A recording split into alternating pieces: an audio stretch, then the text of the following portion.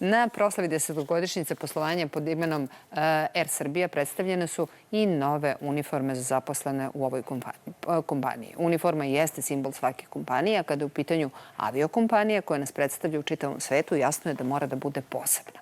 Naši današnji gosti su Dejana Šuput, ona je stjuardesa, Petar Đurić, on je stjuard, Milana Bojić, dizajner novih uniformi i Milica Netković, direktor službe ljudskih resursa Air Srbije. Dobroveče, dobrodošli svi. Dakle, hajde da prvo pitamo one koji nose ove nove uniforme. Kakve su reakcije putnika kada vas vide? Ali primete? To je njihovo prevashodno to prijatno iznenađenje, u najbliže rečeno, jer su oduševljeni promenom, jer uvek svaka promena je mnogo lepa. Sa druge strane, to opet onda implicira da je naša kreatorka odradila jedan veoma lep posao implementirajući i ovu nacionalnu našu tradiciju sa opet simbolima naše nacionalne kompanije, što dalje opet implicira da smo dobili uniforme koje nisu samo reprezentativne i lepe, nego i udobne. Petre, kako je bila reakcija, ona prva reakcija kada ste vi videli uniforme pre nego što ste krenuli da ih nosite, a ima nekoliko dana, je li tako? Da, takođe, naravno, prija promena sa oduševljenjem smo čekali nove uniforme.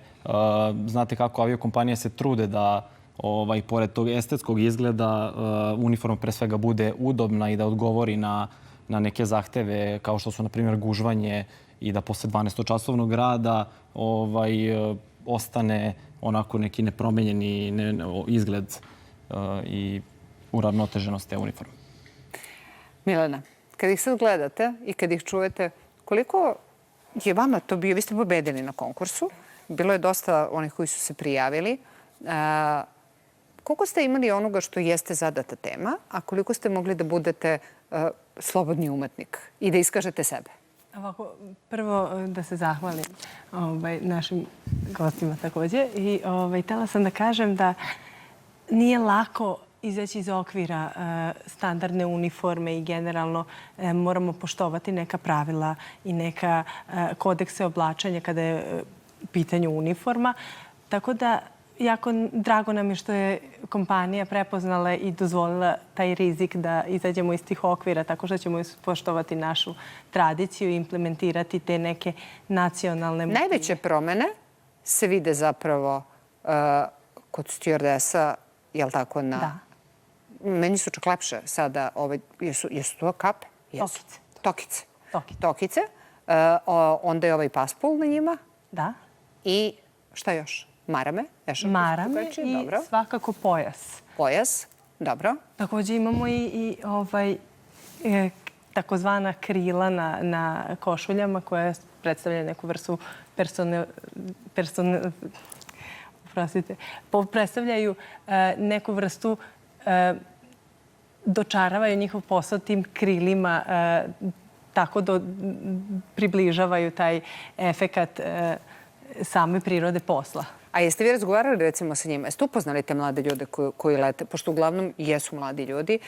Ili ste prosto samo na osnovu onoga kako ih doživljavate radili? Ne. Bila je ovako radionica gde su se upoznali svi sa samom prirodom posla, sa zahtevima koje se tiču udobnosti, funkcionalnosti.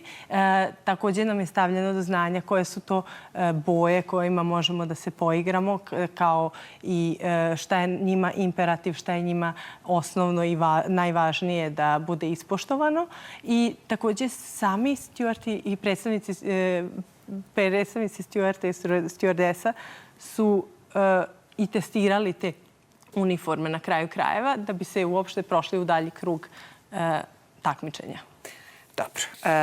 Milice, vi sada pretpostavljam da i vi radite sa mladim ljudima ono što jeste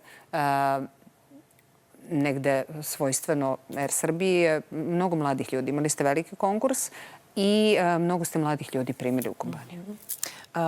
Hvala vam, Slađana, na najavi i na pozivu. Ovo je velika godina za Air Srbiju. Dakle, ovo je godina u kojoj smo mi postigli rekordne rezultate u posljednjih 3,5 decenije. Kako se bliži kraj godine, sasvim izvesno je da ćemo i mi premašiti taj broj od 4 miliona putnika. Uveli smo i nove avione u našu flotu, ali povećali broj destinacija, preko 20 novih destinacija ove godine, u ovom trenutku preko 80 destinacija na koje letimo. To sve je, dakle, zahtevalo i povećanje broja zaposlenih. U ovom trenutku Air Srbija zapošljava 1.500 ljudi.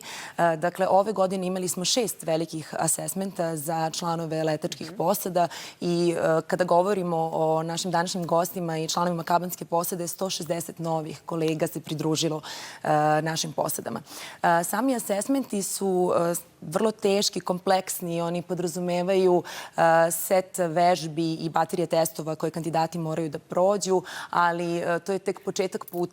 To jeste praktično onaj put koji neko ko se prijavi, ko konkuriše za posao, mora da prođe da bi došao, je li tako? Apsolutno, To je test. apsolutno. E sad, moram da vas pitam jednu stvar. To se deluje vrlo atraktivno. Prilično deluje atraktivno, naročito mladim ljudima. Vi putujete, vi ste u avionu. Kakvi su zapravo uslovi rada tih ljudi? Atraktivno jeste, Ali je takođe teško? i zahtevno, fizički zahtevno, psihički i odgovorno pre svega. Dakle, niz kompetencija kandidati i naši zaposleni moraju da ispune da bi mogli da obavljaju ove poslove. Takođe, na ulazu samom u našu kompaniju njih čeka mesec dana treninga i obuka koje prolaze u trening centru Air Srbije, nakon kojih se polažu ispiti pred Direktoratom za civilno vazduhoplovstvo Republike Srbije. Tek po dobijanju letačkih dozvola oni mogu da postanu i zvanično članovi naših posada i kao što znate, osim tog lepog osmeha koji vas dočeka na avionu i servisa koji vam pruže naše posade, oni su potpuno, dakle, naučeni na koji način da pruže i prvu pomoć, ali da sprovedu niz bezbednosnih procedura koje putnici ne vide, jer nadamo se da od prvog trenutka uživaju na svojim letima, stvarajući svoje uspomene, kako naša najnovija kampanja i kaže. A šta je najvažnije da bi neko bio dobar steward ili dobra stewardesa? Pre svega da posjeduje ljubav prema tom poslu, interesovanje, da voli ljude i da voli jednu stalnu dinamiku, promenu okruženja. Dakle, zasigurno ćete dobiti priliku, ukoliko se opredelite za ovaj posao, da imate kancelariju sa najlepšim pogledom na svetu. Ja neću konkurisati, da znate, jer malo... Zanimljivo je to sad možda kažete, prejudicirajući neke godine, obično mladi, međutim, starosna granica, dakle, nije uslov, ne postoji. I mi ove godine smo imali preko 1600 prijavljenih kandidata i mene raduje da vidim da je, dakle, ta demografska struktura kandidata različita. Koliko su nam važne kabinske posede, govori ova godina u kojoj smo se mi zaista bavili njihovim statusom. Važno mi je da napomenem, pitali ste kako izgleda biti član naše posede. Osim evo ovog što je vizualno uočljivo, da je drugačije, to su nove uniforme, mi smo pre svega radili u napređenju njihovog statusa. U 2 navrata povećali smo zarade našim članovima kabinske posade. Tokom letnje sezone uveli smo posebne naknade za visok nalet, odnosno radni učinak iznad standarda. Od 1. jula ove godine povećali smo iznose naknada za lay-overe. To su, dakle, dani koji naše posade provedu u drugim gradovima na dugolinijskim letovima. I mi smo negde danas uspeli da nivo primanja uopšte naših letača približimo tržištu, a kada govorim tržištu, ja ne mislim samo lokalno Srbiju, nego na naš region. Jasno. Promocije ćemo pratiti naravno na sajtu. Vama hvala što ste bili gosti Beogradske hronike i želim vam mirno nebo i lepe letove. Hvala vam što ste bili sa nama.